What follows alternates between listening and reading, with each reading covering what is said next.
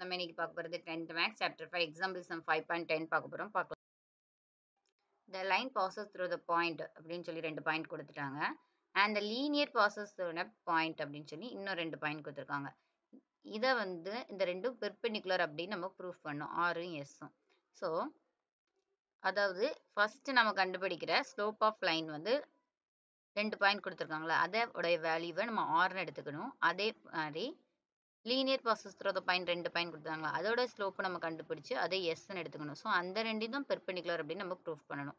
So இப்போ வந்து first கொடுத்துருக்கதை நம்ம M1 எடுத்துக்கலாம் ஸ்லோப்பை. அப்போ அதுக்கு ஃபார்முலா என்னது, y2 minus y1 by x2 minus x1. So இந்த 2 பாயிண்ட்டுக்கு பதிலாக நம்ம சப்ஸ்டியூட் பண்ணுறோம்.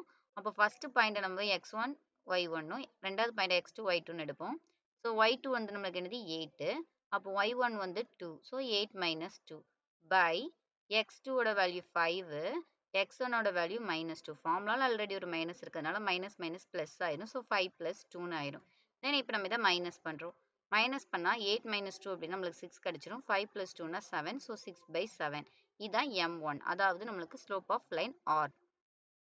தென் S கண்டுபிடிப்போம். ஸ்லோப் ஆஃப் லைன் S இதை நம்ம M2ன்னு எடுக்கிறோம்.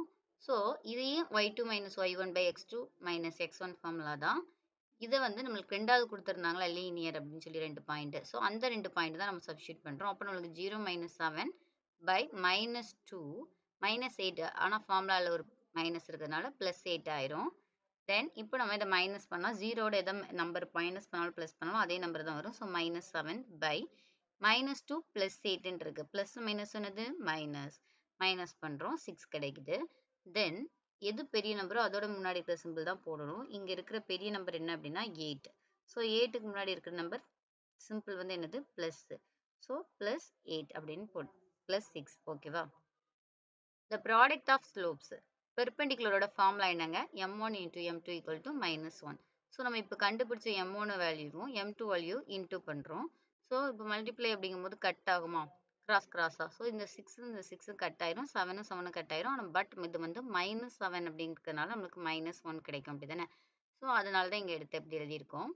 அப்போ இது வந்து நம்மளுக்கு பெர்பெண்டிகுலர் அப்படின்னு ப்ரூஃப் ஆயிட்டு. ஏன்னா M1 × M2 = -1 தான் பெர்பெண்டிகுலர் ஃபார்முலா.